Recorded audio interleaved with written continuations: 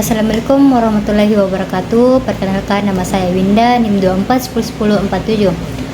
Baik, di sini saya akan memaparkan tugas final dari Bapak dosen pengampu, yaitu Bapak Dr. Kasman SPDI MPDI, di mana mata kuliahnya itu pendidikan agama. Baik, tema yang akan saya bawakan hari ini yaitu yang berjudul hukum Islam dan hak asasi manusia.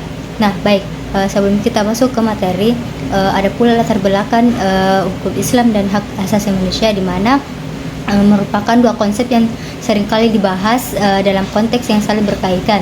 Keduanya memiliki akar sejarah yang panjang dan mendalam, serta prinsip-prinsip yang saling melengkapi. Nah, yang pertama itu hukum Islam. Akar histori dan prinsip dasar hukum Islam atau syariat adalah sistem hukum yang bersumber dari Al-Quran dan Sunnah Nabi Muhammad SAW.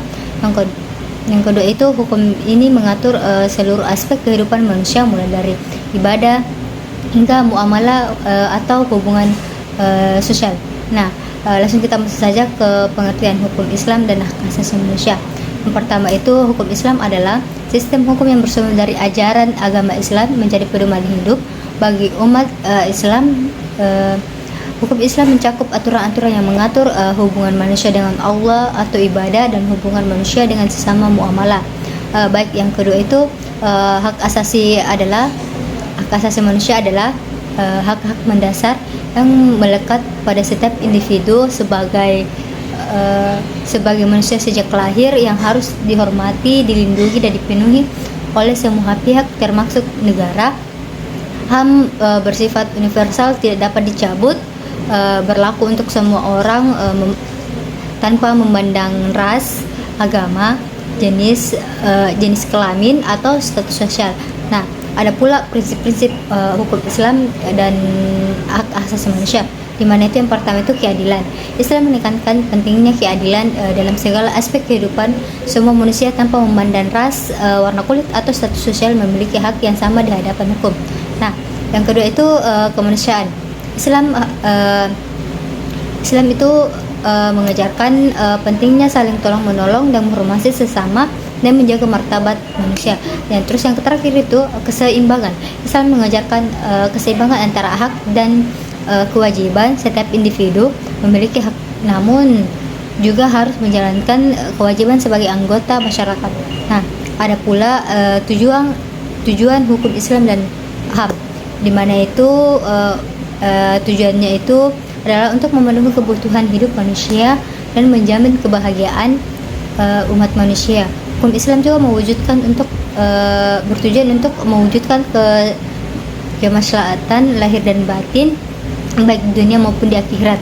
Nah, tujuan hak asasi manusia adalah adalah melindungi dan menghormati hak-hak dasar setiap individu tanpa diskriminasi. HAM bertujuan untuk menciptakan masyarakat yang adil, damai, dan sejahtera. Nah, ada pula tantangan dan mengintegrasikan hukum dan HAM. Yang pertama itu perbedaan interpretasi, di mana itu dalam beberapa kasus hukum Islam dianggap tidak sepenuhnya sejalan dengan standar HAM.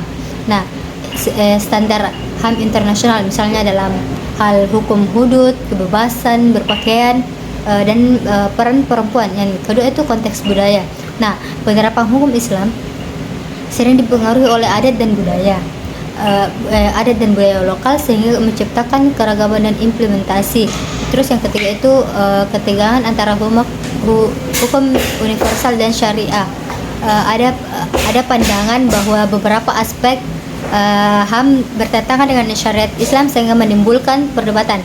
Nah, ada pula yang terakhir yaitu upaya harmoni antara hukum Islam dan HAM. Untuk menjembatkan perbedaan ini diperlukan pendekatan yang berlandasan. Yang pertama itu ijtihad, yang interpretasi hukum Islam yang relevan dengan konteks sama. Yang kedua itu dialog lintas agama, yaitu memerlukan pemahaman bersama tentang nilai-nilai universal.